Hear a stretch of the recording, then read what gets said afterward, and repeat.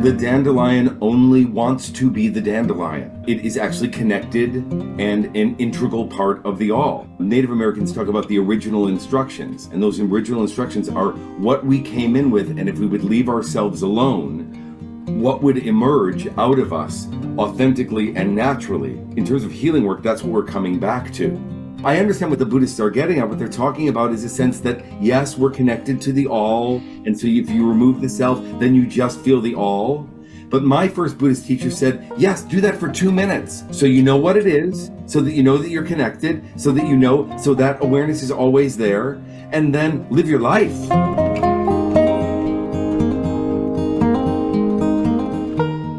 You're an ex-actor, aren't you? Yeah, I was an actor for the first 35 years. Yeah, that was. But what I found though in the healing work that I do now, it's the same muscles, because if you think of, I was never an actor that was after fame. I was an actor that was interested in artistry.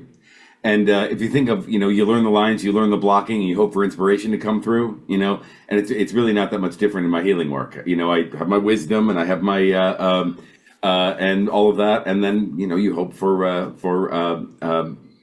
higher energies to come through. So it's very similar. Yeah, because I used to be vaguely involved in sort of the fringes of film and TV and that sort of stuff, but mostly in the corporate side and conferences and all of that. But I work with a few actors at that level, and one of the things that's interesting there, you're touching on the concept of channeling and the concept of bringing in other energies, both in the artistic work, in the acting, and in the healing work. But how do you want to just explain a little bit more about that for some of my subscribers that aren't really very familiar with this whole kind of channeling, and they certainly don't think that they can do it themselves? Mm-hmm. So could you just kind of expand on that a little bit? If you can just imagine what an actor does. So I see words on a page, and I read them, and I say, what kind of person would say that? What kind of person would say that? What kind of person would act in those ways? And then I empathically attune with whatever the circumstances are and become that from the inside. So when in my healing work, it's very similar. So someone is coming to me and they're telling me their story, and I see how they talk, and I see how they express themselves, and I see what they're leaving out maybe, and I attune to them and say, what kind of person, what's the psychology underneath? So and a lot of times I can tune into, not a lot of times, all the time, I can attune to the unconscious forces that are actually running the outward show, the inward dream of which the outer dream comes forth. And it's just something that I've always been able to do. And so you can think of that as channeling. And also, for sure, sort of channeling the unconscious is something I'm very adept at. And then also just a sense of like, what does this person need? And a lot of times I'll say things that I'm not smart enough to know that. I'm not smart enough to guide them in that way. But it's the alchemy of me and the client and all the energies that brought us together that are that I'm able to tune into, that helps bring about what's needed in the moment. Yeah, very nicely put. Very nicely put. Yeah, sorry, I'm aware that we sort of dived straight into this. I didn't mean to kind of catch you off guard.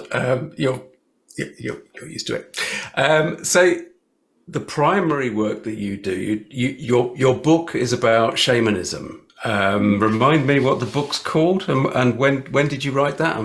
Shaman's Mind, Huna Wisdom to Change Your Life, and that came out in, I don't know, like 3 years ago. And the reason why I wrote that book, I'd been a shamanic practitioner for many years. I worked with shamans on 3 different continents, and what I found with the Hawaiian tradition was that it was very psychological. It was actually a way in which we can attune our minds to how shamans think. And what I found in working with different shamans in different cultures was that they all, different geographies, different traditions, different practices, but they all tend to think and have the same world view and the same rapport with energy, the same rapport with love, the same rapport with the directions, with power. And what I found in the Hawaiian tradition was this philosophy that said, oh, this is what they're all thinking, this is what they're all doing.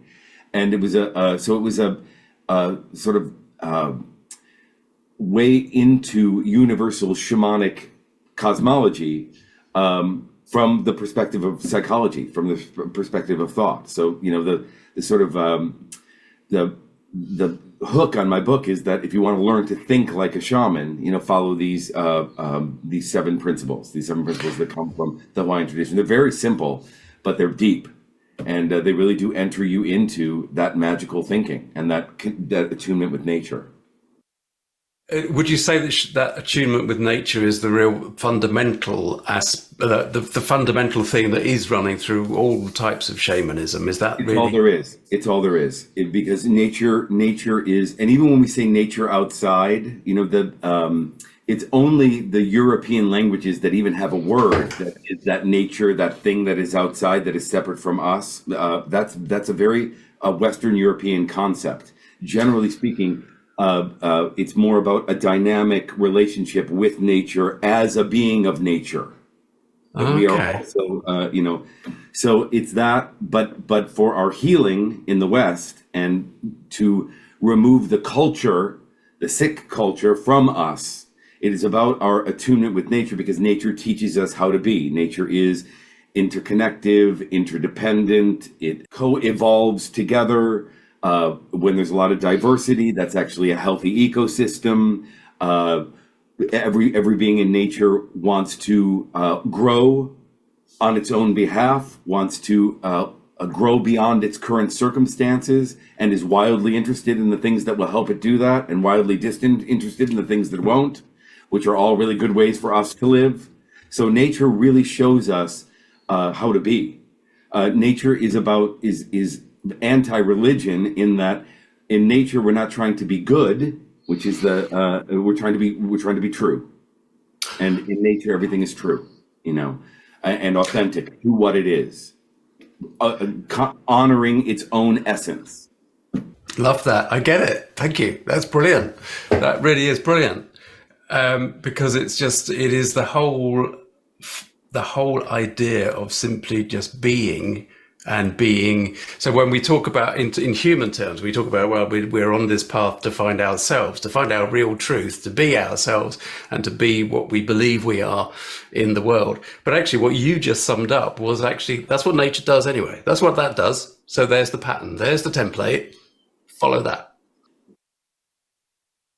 Yeah, the dandelion only wants to be the dandelion, and in dandelioning, it is actually connected and an integral part of the all.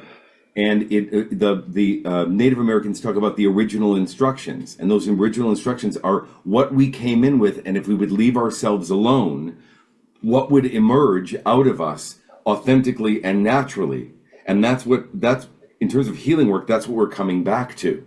What were we? I'm big on fate, on the idea of what we are fated. For instance, you didn't choose your skin color, you didn't choose your sex, you didn't choose that family, you didn't choose those circumstances, and yet the Mother Earth created those for you to enter into and to work with those. And then, of course, there are magical practices that are about manifesting on behalf of that self. But finding out who that self is, or that authentic self is a really big part of the work. As is then learning how to advocate energetically on behalf of that self. Again, wonderfully put. I'm going to stop saying that after every answer that you give. Let's just go up to the higher diving board a second, because I understand what you're saying about nature is giving us the lessons, giving us the template, and our path is all about finding our true selves. I caught some of the interview that you did with Alex Ferrari, the Next Soul Level podcast. You talked in that about the way that we are and we inhabit our own individual reality. That's effectively what you were saying, and this is part of shamanism. Mm-hmm. And so therefore, if, for example, I sit and talk about the need to connect to nature and the need to connect to the subtle energies through whatever modality it be. And if I cite, well, we need to because nature is lacking, because nature is we're lacking biodiversity, we're exhausting the raw materials, that reflects my reality, doesn't it? That reflects my being at that point.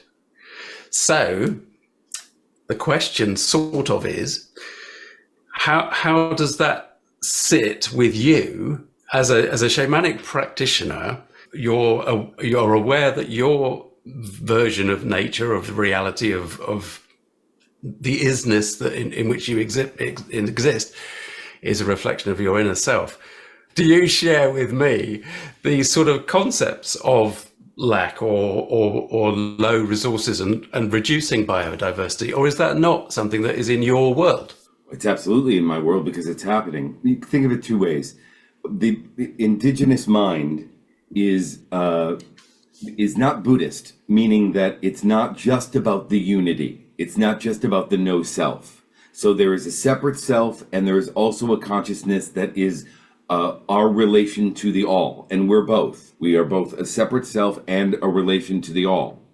And so if you can think of each individual human as a kind of cell in and part of a huge organism, and that what our job is individually is to make that cell as healthy and functioning as it can be, because its health contributes to the whole organism.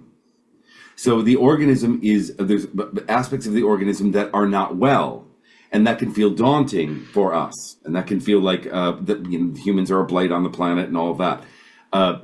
But if we think of it more, that it's just about our individual contribution. There is only ultimately one mind, one consciousness, and our individual consciousness is contributing either positively or negatively to that one consciousness. And then that one consciousness is either in service to health and that which is life affirming and that which is growthful and evolutionary, which of course is anything that has to do with the really basic things like compassion, empathy, care, nurturance, humility, or we're contributing to another force, a very unnatural force, which is very predominant on the planet right now, which is authoritarianism, narcissism, and sociopathy.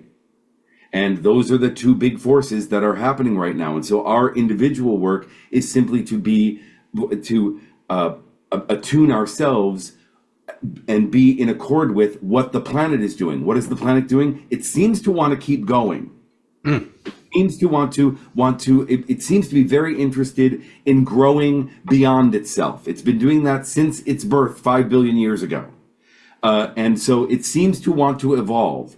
It seems to be very interested in that which is life affirming. And so when we align our own consciousness and our own lives and take action in that direction, we become in flow with the all. And when we don't, we're not. And so the illness on the planet right now has to do with because so many people are not. They are out of integrity with themselves, with their own authentic nature, and they have bought this ridiculous idea that we are separate from the planet, that we are the lords of the planet, that nature is simply a storehouse of resources for us, that we are seeking peak humanity, a peak identity that controls and dominates everything, and that we've got it all figured out. We absolutely do not. And so we as humans have to take a step back and say, what are we pursuing right now? Even the idea of sustainability. What are we sustaining? More exploitation? That's the goal, to sustain doing it the same way. And what we have to recognize is that there is, how do we start living from a place of recognizing that everything is sacred, that everything that is alive is sacred. Everything that is alive is sacred. And which is what the indigenous people always felt with the hunter-gatherers, those pre-civilization people, that everything was of great spirit, brother mountain, sister bear, and that we are in relation with those things, and they are not there for us. We are co-creative and in a dynamic, interdependent relationship with them. And when you start doing that, when you start thinking in that way, you start treating humans differently. You start, it's not just about ecology. You start treating yourself in a more loving, empathic way. So that's what we're working toward. Again, this is the reality that we experience is sometimes referred to as a waking dream. And that reflects a little bit about what we were talking about there, in that the reality is in resonance with our vibration, our co-creative ability to sit with it. The easiest way to understand that, if you think of a sleeping dream, the easiest way to interpret a sleeping dream is that everything in the dream, the people, places, and things in the dream, are a reflection of something about us. And so if you think of that, how shamans think of reality, waking reality, as a waking dream, that everything we experience in our world, the people, places, and things in our waking reality, is a reflection of something about us. That the inner dream, our individual inner dream, is creating the outer dream.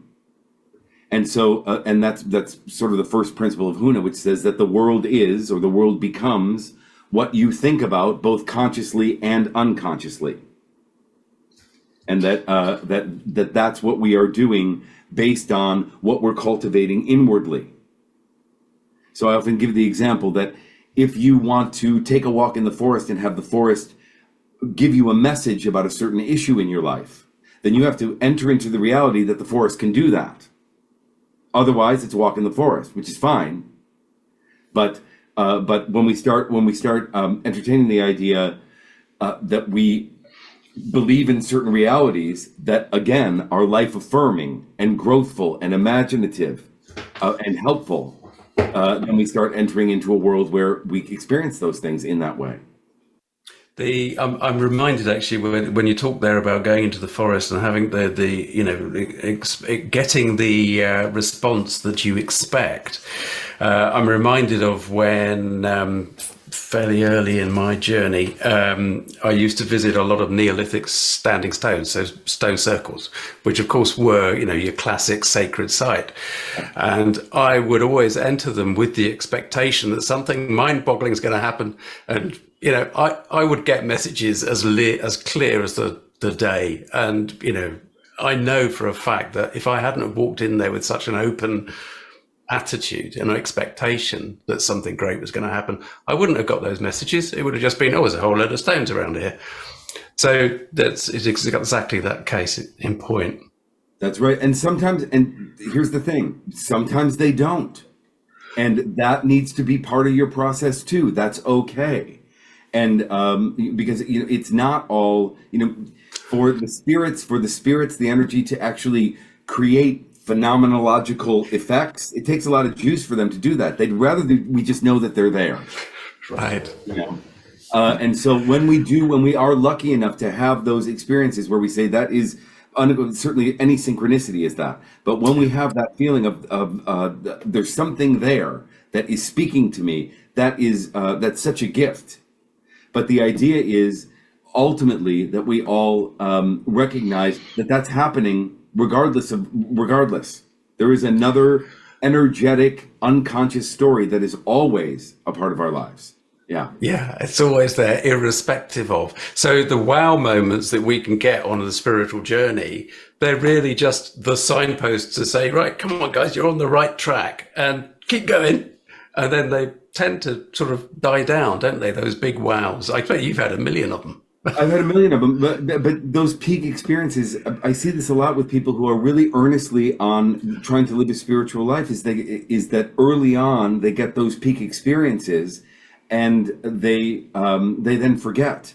I'm reminded of a peak experience I remember having in my 20s in Sedona, just on a mountain, and I sort of had this moment where I felt like I was with it and it was with me, and I went to a hypnotist that night and said, could you hypnotize this reality that I just experienced into me because I don't want to forget it? And the hypnotist said, I'm not going to do that. And then she said, what you need to do is choose that reality again. Remember it. Even a lot of times people say to me, what do you do with that altar, that big fancy altar back there? What do you do with that? And my answer is not a whole lot. except that every time I look at it, it reminds me of a reality that is my reality, and is a reality that's a better one than having that altar not be there. Excellent. So you had spiritual beliefs in your right from your younger days. From the you said there Sedona in your 20s, or No, I wasn't at all. In fact, I would say I'm pretty unhappy. I remember being in an airport when I was like 20 years old. You know, they have those airport bookstores, and there was a book. I don't know whatever became of this book, but the book was entitled "Feeling Good." It was in the self-help section. yeah. And I thought, now that's an idea. What would that be like? I remember nothing about the book, but I remember being very taken about the idea that feeling good was possible. So, you know, I'm a wounded healer. I think like so many of us are. You know, I certainly had a belief in. I was very imaginative. I certainly believed in a magical world. I think that was a lot of what my parents were picking up on when they said actor, because I was a mimic. And I was, and I could fantasize about other realities, and I was very, very much in stories. But actually, consciously spiritual, it came about out of a genuine need to heal, and to find my own spirit, and to find my own relationship with spirit. And then, so it was really just for me. And then what became clear was that I was I became interested in the earth-based traditions because they were about living here well. There's a lot of juice right now, or a lot of airtime around post-apocalyptic consciousness off this planet. You know, even supernatural, meaning that the natural is de-animated, not very interesting, but that which is supernatural, that which is off the planet, is what is interesting spiritually. And that's kind of Christian. That's just an off-planet God. That's just a different version of an off-planet God, as opposed to the enchanting energies that are right here, and that are contribute to our magic right here. And that became a very important aspect of my work, is that to bring spirituality here, and not into some other realm, even some other realm in my mind. It's here. You know, Right. when I talk about spiritual practice, it's with the eyes open, not with the eyes closed. And I'm not looking to go anywhere. I'm looking to become more here. Interesting. Okay, that's really interesting. So incredibly grounded, and very much. Oh, that's really interesting. Okay, so we can't deny that a lot of people are waking up now. You know, around the world, there's like this massive wave, and it's wonderful, fantastic, marvelous.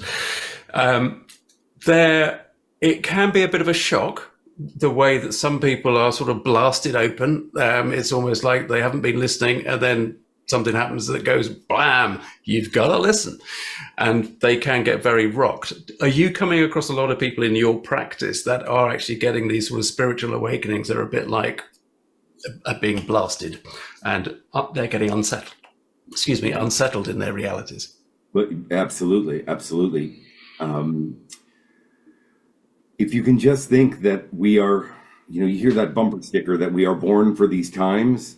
We really are. If we have incarnated to be alive right now, where there is a great shift, we are in, not to be too depressing, we are in an extinction event, the Anthropocene extinction. That is happening. It's not going to happen probably within our lifetimes, but we are in a major shift. I hope that we can turn it around, or make it a very thin layer in the geological history, you know.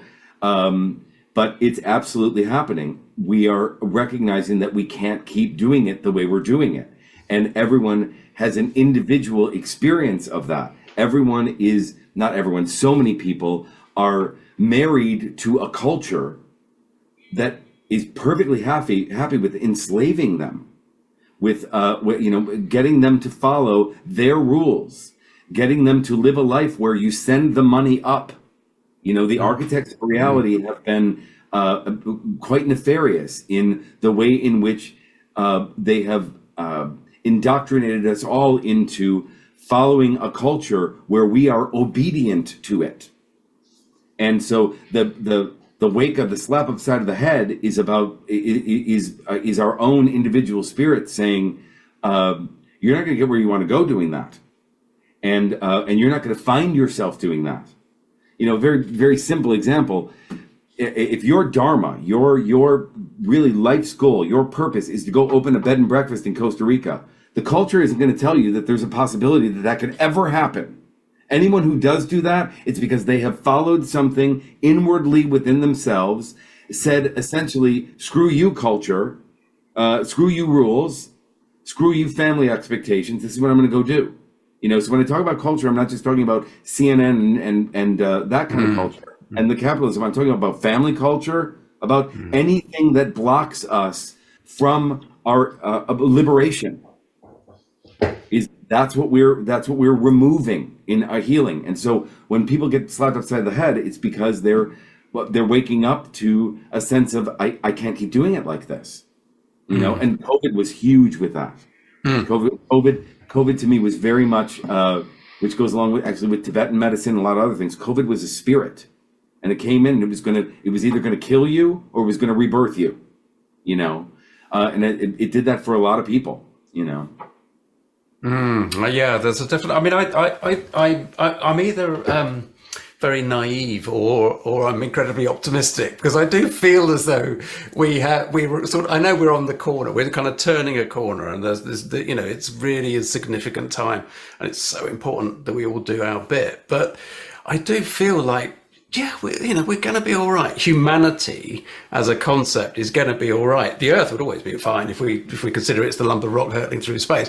I mean, it'll regrow and do whatever it likes, whether we're here or not. That's what, fundamentally. But I do think that there's an optimism there. But of course, we can't rest on our laurels at all, because we're nowhere near having achieved it. Now, I'm still drawn back to this, the way that reality reflects the inner self. And for those people that are watching that are, not lucky enough. I mean, you're in delightful Maui. It's not somewhere where I've ever visited as yet, but I'm lucky enough to live in a national park in the UK, in the Yorkshire Dales, and literally, I mean, it's just, beautiful isolation. So we're really lucky to be able to see the natural world reflecting aspects of things.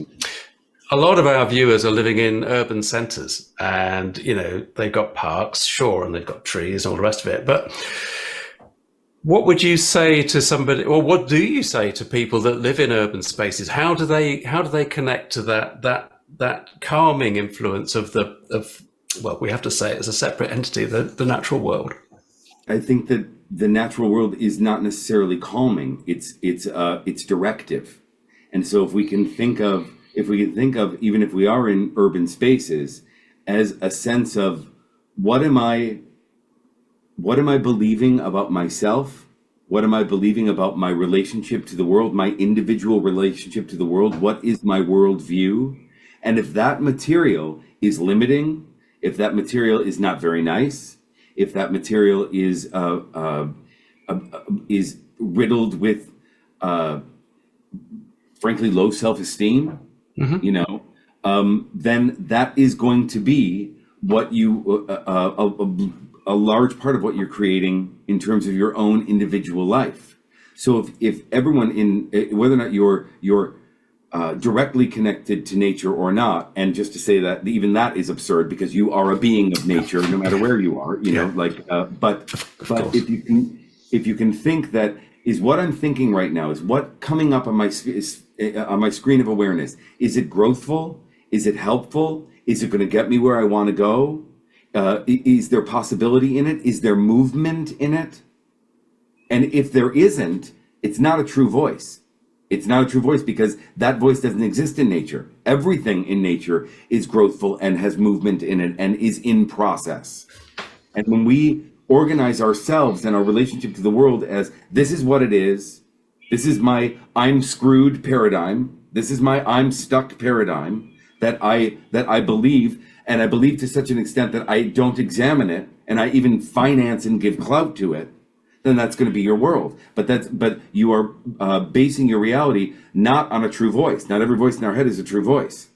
And the one that is hypercritical, what Freud called the superego, the one that assimilates with the sick culture that I'm telling you about, that we're talking about, and so therefore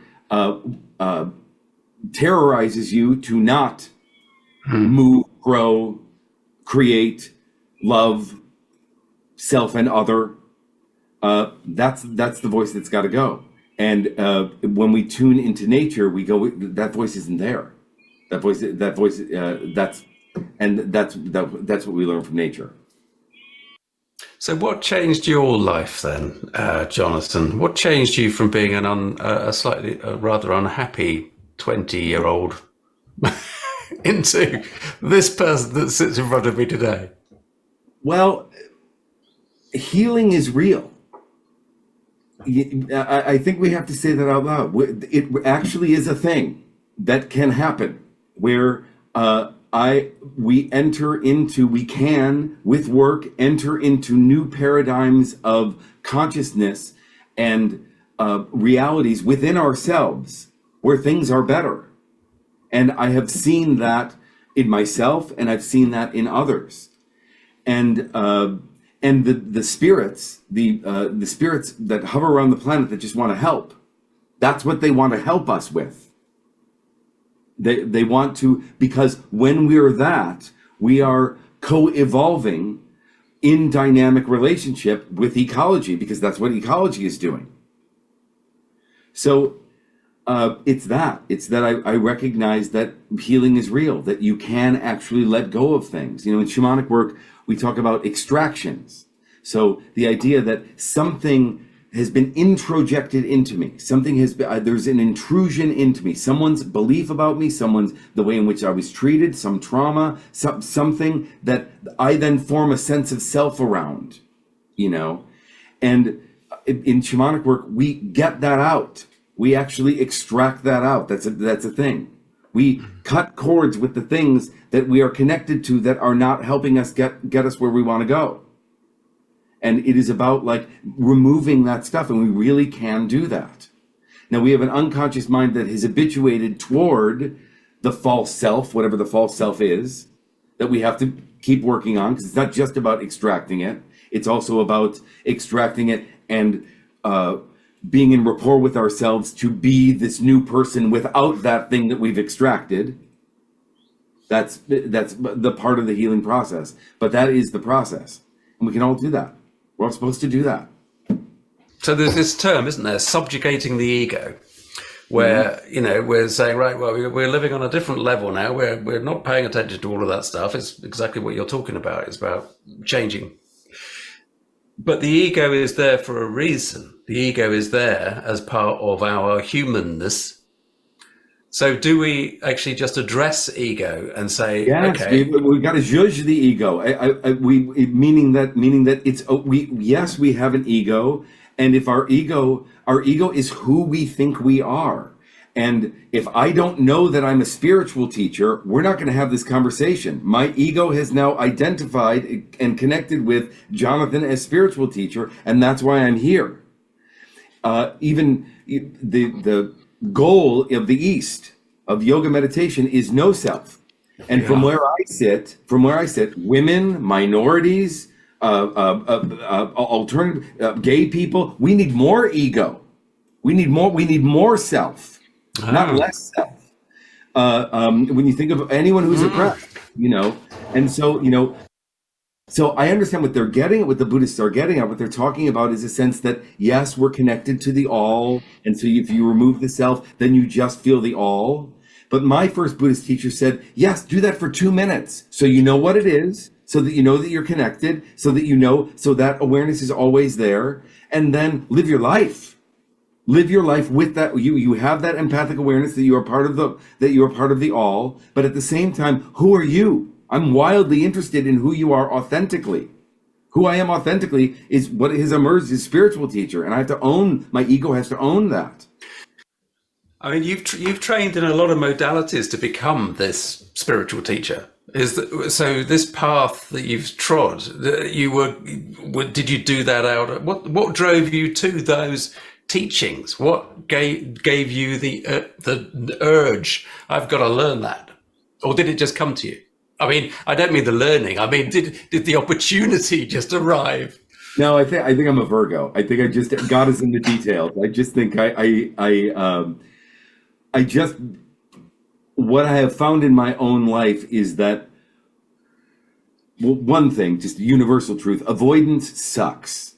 Avoidance is the worst, and I think it's so important that we leave no stone unturned in our development, in our sense of who we are. We all have a shadow. We all have aspects of us that we're not crazy about.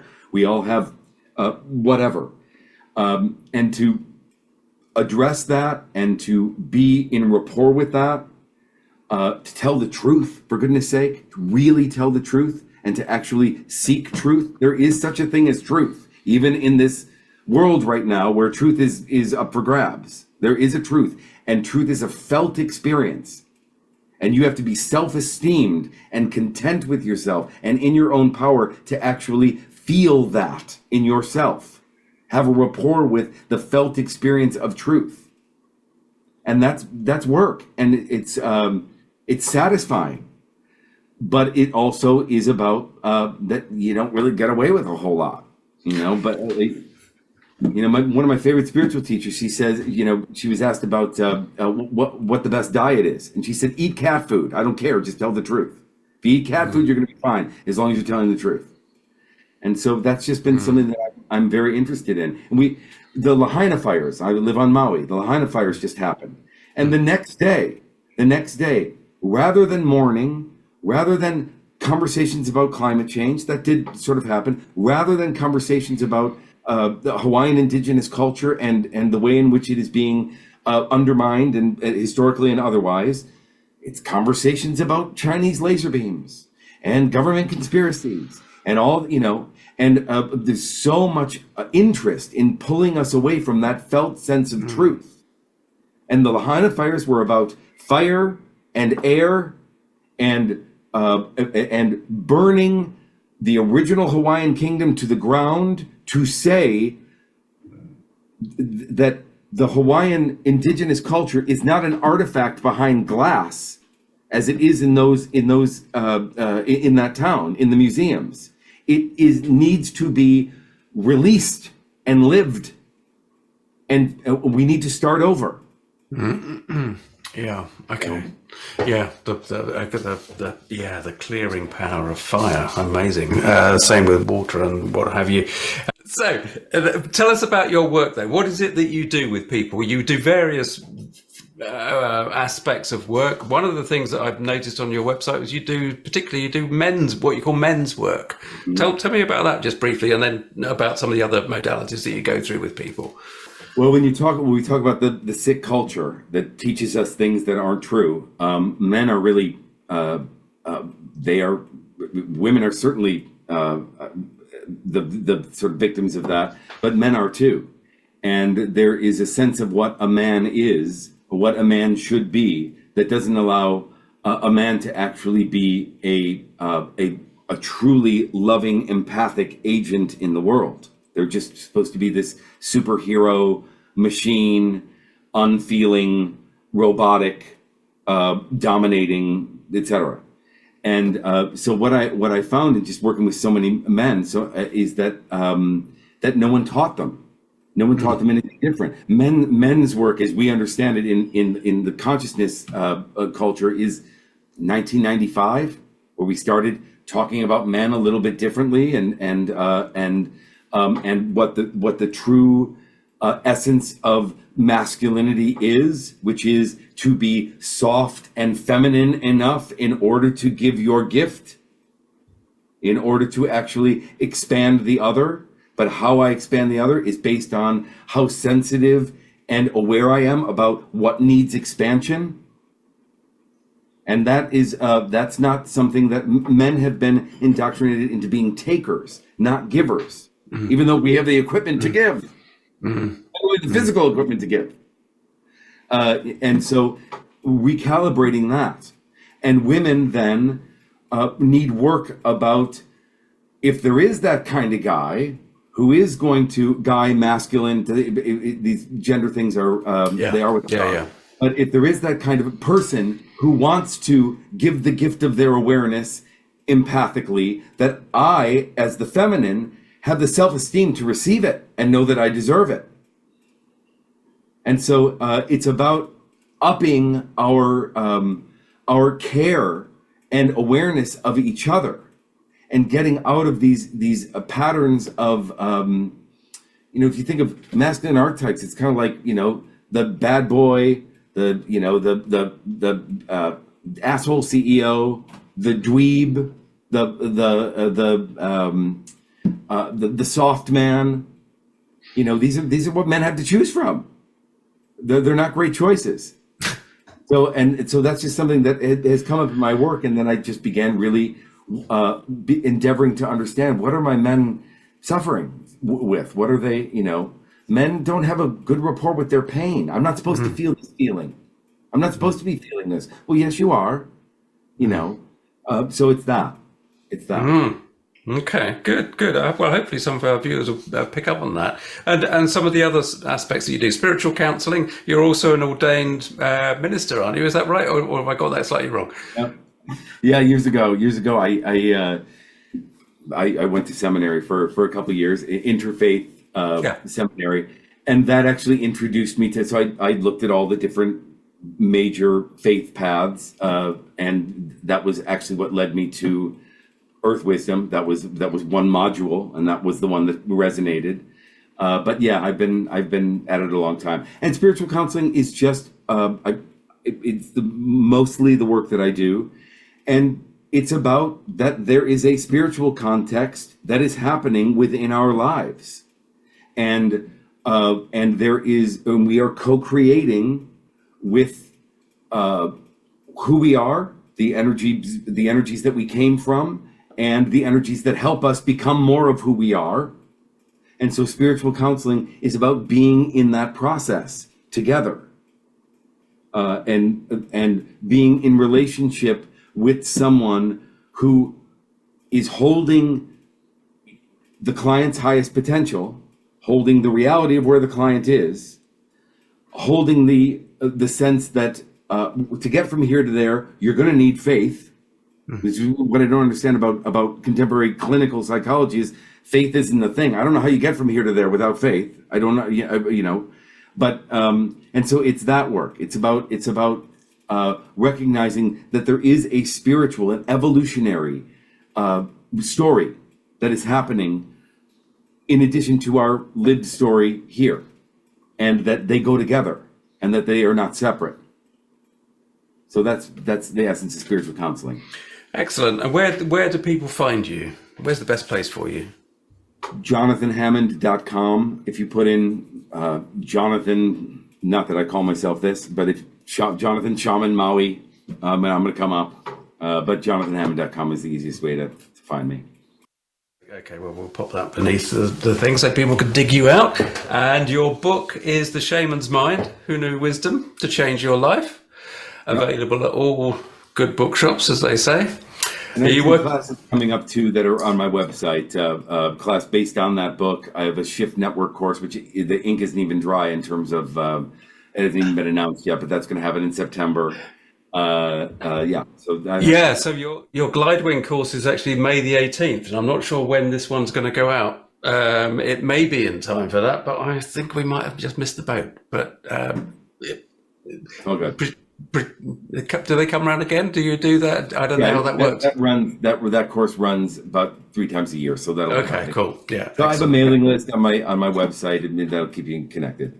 So, is there anything else that you want to say that you feel you haven't covered that our subscribers might kind of pick up on? I think recognize that there are 2 major forces happening right now: forces toward freedom, and liberation and health, and forces that have to do with domination and selfishness and taking. Decide what side you're on. There are sides. And give your love and attention to strengthening If you're on the side of freedom, strengthening that side, both within yourself and helping others to do the same. So that's the main thing I would say. It's that simple. Clean up your individual cell as part of the whole organism. Make it as healthy as you can. And you do that mainly through love and self-investment. Right. Lovely. Thank you very much. Good man. Good man. Great. Thank you, Jonathan. It's been a pleasure. Absolute pleasure. Lovely stuff. Maybe one day we can have you back again and hear some more. You're not, just out of interest, you're not working on another book, are you? Or is that too takes? The book will happen based on that next course. My okay. Based on a course, and it'll be based on that course. Yeah. Excellent. Okay. Well, when you've got that closer to publication, come back and give us a shout. That'd be lovely. All right. Enjoy Hawaii. Thank you. Have a lovely day. Take care. Aloha. Thank you. Bye-bye.